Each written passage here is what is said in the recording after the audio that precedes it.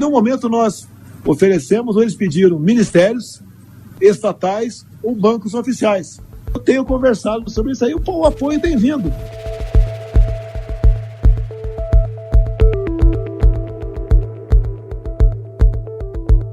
Bolsonaro negociou e conseguiu, neste momento, o apoio do grupo denominado Centrão dentro do Congresso Nacional.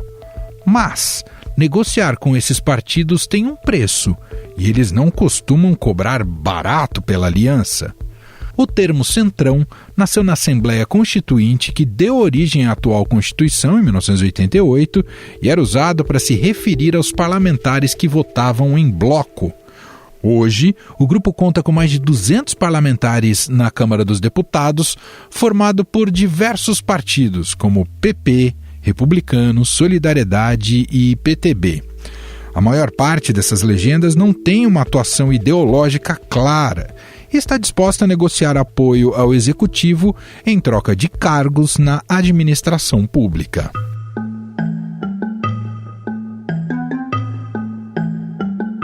No governo de José Sarney, a contrapartida do apoio do grupo à gestão do Executivo foi generosa, sob forma de perdão de dívida junto às instituições oficiais, de liberação de recursos do orçamento para as bases eleitorais dos constituintes e, principalmente, mediante a concessão aos aliados de canais de rádio e televisão.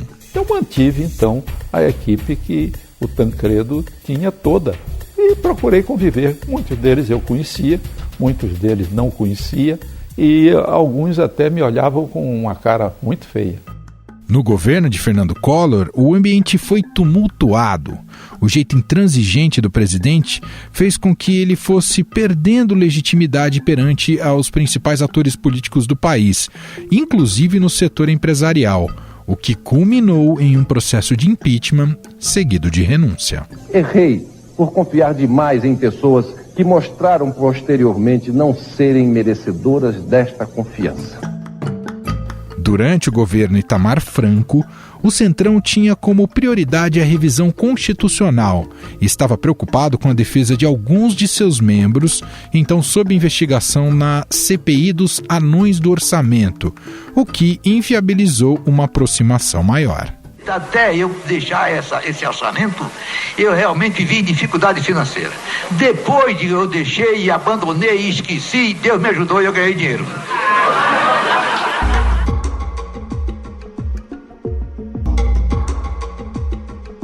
Nos governos de Fernando Henrique Cardoso, o apoio do Centrão foi determinante na aprovação das reformas econômicas. A fatura foi cobrada em 4 votações relevantes: a PEC da reeleição, da reforma administrativa e da reforma da Previdência, que foram concluídas, e também no PL da flexibilização da CLT, que não chegou a ser concluída. Defender a agenda não quer dizer menosprezar a força do Congresso. Os partidos no Brasil são frágeis, o Congresso é forte. Isso é um paradoxo. O presidente que não entende isso, cai. Já nos governos do PT, o Centrão manteve-se unido e apoiando o governo, embora cobrando caro por esse apoio, inclusive no período que antecedeu a adesão do PMDB. Com Lula, a relação política era boa, com distribuição de cargos e recursos do orçamento. Foi nessa época que surgiu um mensalão, em que o governo pagava mensalmente para que parlamentares votassem a favor do executivo. E, ao mesmo tempo, nós temos que nos abrir para discutir com os setores do centro da política brasileira. É muito importante que o PT se abra para o centro, converse com o centro, porque se o centro não tiver uma abertura da esquerda para conversar, ele não fica neutro, ele vai para a direita. Mas no governo Dilma Rousseff, embora o Centrão continuasse ocupando postos-chave no governo, a relação política sempre foi conturbada. O principal expoente do grupo nesta época era o deputado Eduardo Cunha, que ao assumir a presidência da Câmara, abriu o processo de impeachment contra Dilma. Eu vou pregar no Congresso do PMDB, em setembro, que o PMDB rompa com o governo, saia do governo. E eu, pessoalmente, a partir de hoje, me considero com rompimento pessoal com o governo. Por conta disso, o Centrão é associado por muitos à velha política. O atual presidente, Jair Bolsonaro, criticou durante sua campanha essa forma de negociação. Porque a política das indicações do toma lá da cá leva o Estado à ineficiência e à corrupção. Isso não poderemos admitir. No entanto, depois de eleito e com as crescentes críticas ao seu governo, Bolsonaro acabou se rendendo ao grupo, que hoje é seu aliado. O grupo já cobra por esse apoio e o governo deve ceder mais cargos aos parlamentares no primeiro e segundo escalão. Isso sem contar os mais de 3 bilhões de reais já cedidos em emendas parlamentares. A velha política do toma lá, dá cá voltou a operar na sustentação da governabilidade, ou como diria o cientista político Sérgio Abranches, o presidencialismo de coalizão está novamente dando as cartas na política brasileira. O colunista do Estadão William Vac escreveu sobre esse tema na semana passada, num artigo intitulado O que sempre fomos. E por que a política brasileira sempre foi assim? O que está reservado a Bolsonaro neste casamento com o Centrão? Bom, só podíamos convidar o próprio William Vac para conversar e explicar mais aqui pra gente. William, seja muito bem-vindo, obrigado por ter aceitado o nosso convite. Ora, o Estadão é a casa, mora no meu coração. Muito bom. William, sua última coluna aqui no Estadão traz um diagnóstico muito preciso sobre o que é a política brasileira. Preciso, mas claro que triste pelo que isso representa. Como você até destacou, até houve em algum momento na nossa história recente o esgotamento desse governismo, né, desse Estado que cada vez mais falido e que é repartido a partir de interesses setoriais, sem qualquer base ideológica ou mesmo um real compromisso com a sociedade. E o ápice disso talvez seja a própria eleição do presidente Jair Bolsonaro, com todas as contradições que isso carrega. Por que fomos, William, na sua visão, incapazes de reconfigurar ou reformar o modo que se governa no Brasil?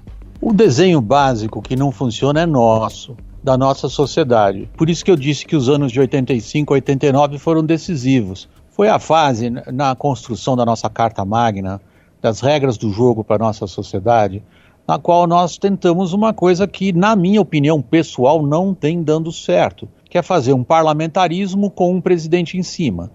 Nós, naquela época, eu era repórter, inclusive uma fase da minha carreira profissional, naquela época eu estava no Estadão, como editor de política, como editor executivo, como correspondente, como editor internacional. Aquela fase ali foi muito rica. Eu me lembro de cobrir a Constituinte e acompanhar esse dilema, que foi mal resolvido. Nós construímos um parlamentarismo e na última hora transformamos nesse tipo de presidencialismo, no qual o conflito está pré-programado.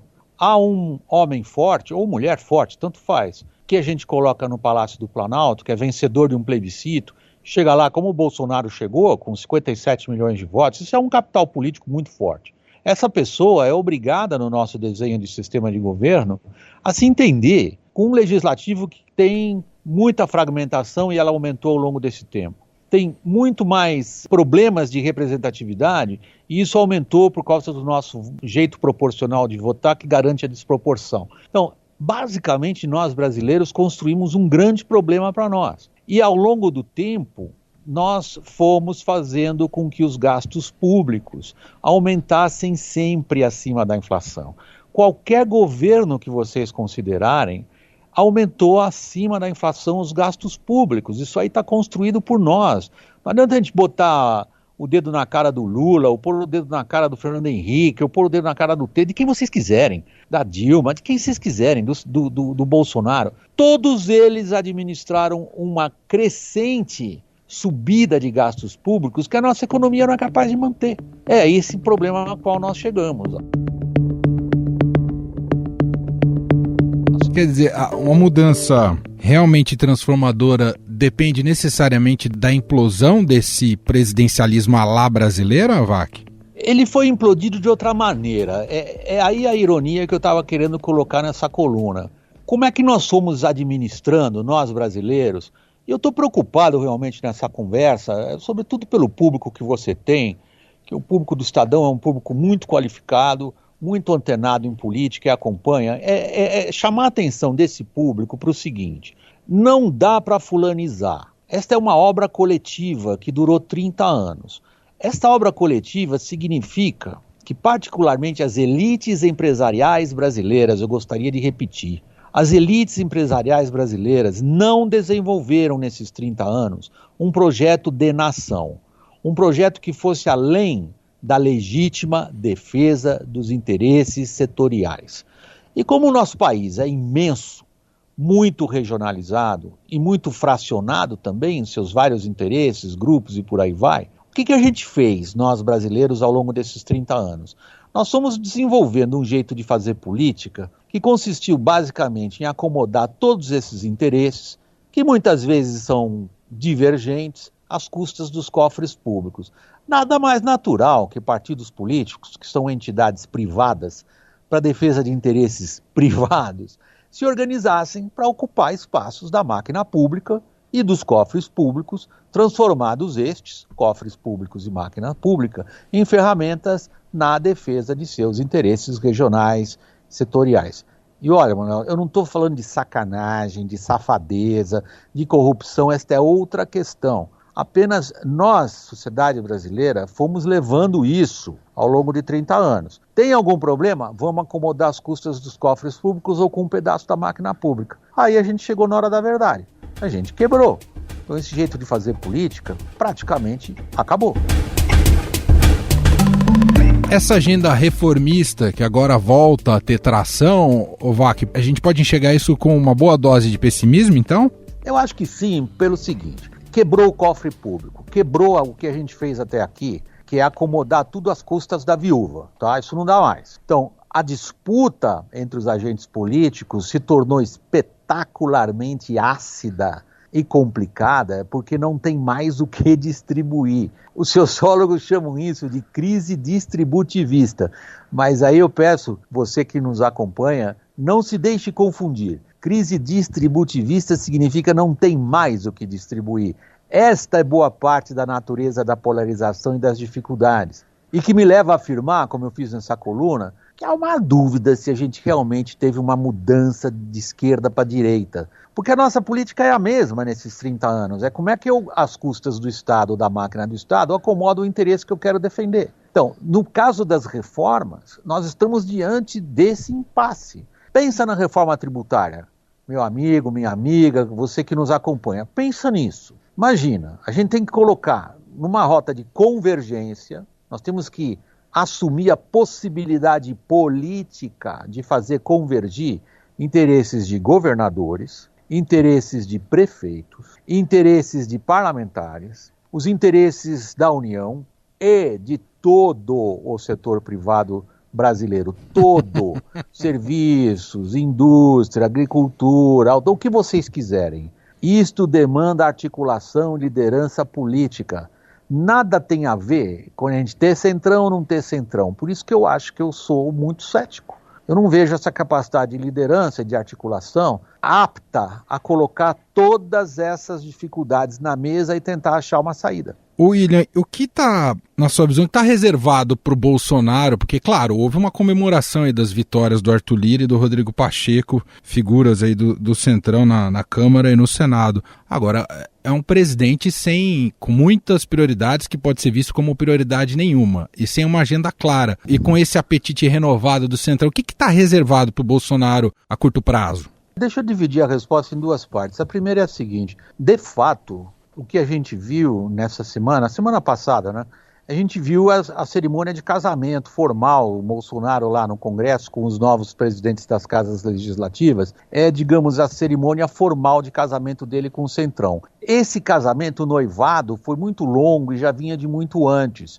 É óbvio que o Centrão é entendido, assim, por jornalistas políticos, repórteres, aí eu me incluo nesse grupo aí nesse caso, como um conjunto de forças muito volátil esse conjunto. Ele não tem um endereço, assim, que você fala assim, onde é que funciona o escritório do Centrão? Cadê a secretária do chefe do Centrão? Me dá o telefone do Centrão, deixa eu ligar para lá que eu tenho um problema para resolver.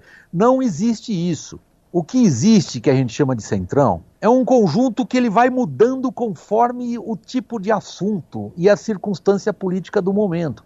É amorfo. A palavra é perigosa em política porque ela reduz a previsibilidade. Veja, por exemplo, dá um exemplo prático. O FHC lá atrás, quando ele tinha que resolver uma parada qualquer, ele tinha que lidar com 3, 4 caciques, ok? O Lula já era 6 ou 7, a Dilma uns 10 ou 11, o Bolsonaro em torno de 15. Vocês imaginam esse fracionamento? E tem mais o seguinte, os caciques com os quais o FHC, o Lula e até certo ponto a Dilma lidaram, eles chegavam numa mesa de negociação e diziam o seguinte, eu tenho X votos da minha bancada, pode contar. Os caciques atuais não. Eu desafio aqui, faço uma pegadinha aqui com o público, Manuel, se alguém aí é capaz de dizer qual é o líder da bancada de qual partido. Isso demonstra a fragilidade das articulações. Bom, o que está reservado para o Bolsonaro? Com a peculiar inabilidade política que ele tem, lidar com esse cipoal. E onde que vem o problema para o Bolsonaro lidar com esse cipoal? Ele mesmo. Eu acho que, e para treinar aqui nessa frase, essa resposta, o Bolsonaro não entendeu qual é a razão do poder que o presidente da República brasileiro tem. Ele acha que é a caneta, porque assina cheque, porque assina nomeação, porque assina decreto. Não é, não. Aliás, essa caneta dele diminuiu bem desde que ele assumiu. É verdade. O poder do presidente da República brasileira está na sua capacidade de ditar a agenda política. Este é o poder, nesse sistema de governo peculiar que nós brasileiros desenvolvemos. O Bolsonaro não entendeu isso. Você coloca ali no fim da sua coluna, cita o fim da Lava Jato. É ou não é uma coincidência a Lava Jato acabar junto com essa eleição? Obrigado, porque eu estava fazendo uma ironia com os historiadores, né? Que eu sou apaixonado leitor de história, já escrevi livros sobre pedaços da história do Brasil e me coloco às vezes, embora eu não seja de profissão historiador, me coloco sempre no papel deles, que é, como qualquer historiador, é estabelecer, vem cá, qual é o ano que acabou o Império Romano? É muito fácil a gente saber qual ano foi a independência do Brasil, qual foi o ano da descoberta do Brasil e tal.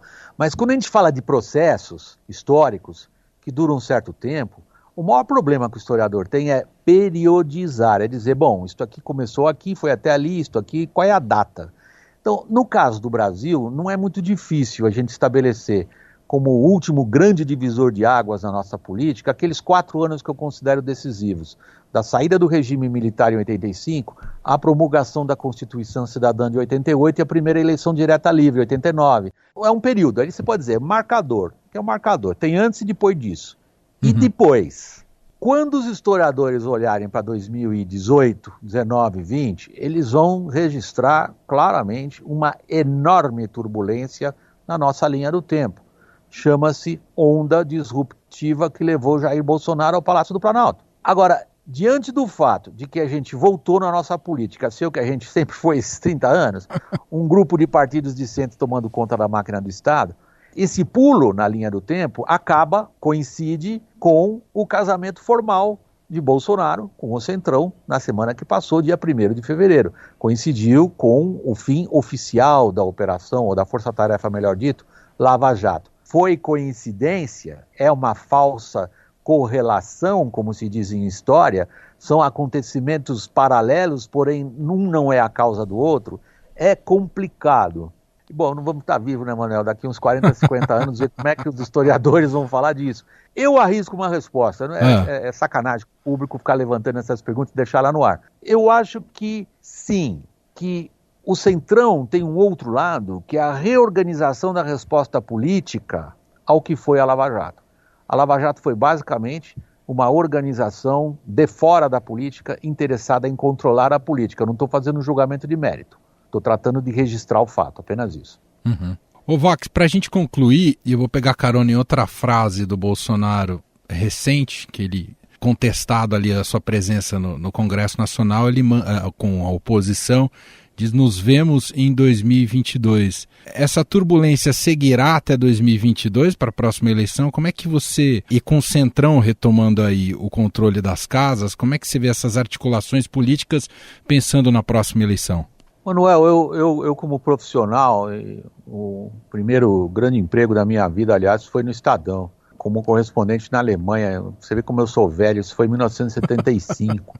E eu estava naquela entrevista coletiva do general Ernesto Geisel, foi em Bonn, na Alemanha, em 1977, quando ele falou da retomada lenta e gradual da democracia no Brasil. Levou mais uns 10 anos. E ao longo desse tempo, eu vi poucos sacolejos políticos como esse de 2018. Uhum. São acontecimentos, são fenômenos políticos, como se fala em inglês, once in a lifetime. É uma vez por uma geração.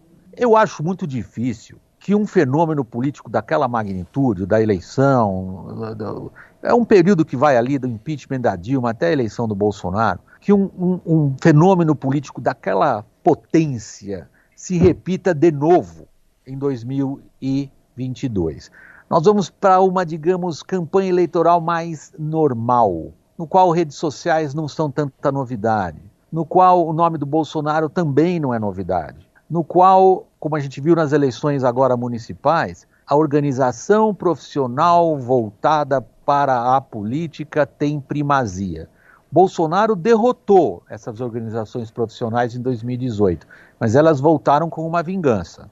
Então, a minha ideia do que vem em 2022 é uma eleição na qual o Bolsonaro não terá a seu favor o que foi tão decisivo para ele em 2018. Em outras palavras, eu acho muito mais difícil o Bolsonaro conseguir se reeleger do que foi ele se eleger. Muito bem. Colunista do Estadão, apresentador da CNN, William Vac, gentilmente atendendo aqui a nossa reportagem. Muito obrigado, viu, William? Eu que agradeço a possibilidade de me dirigir ao público do Estadão. Como eu disse, mora no meu coração.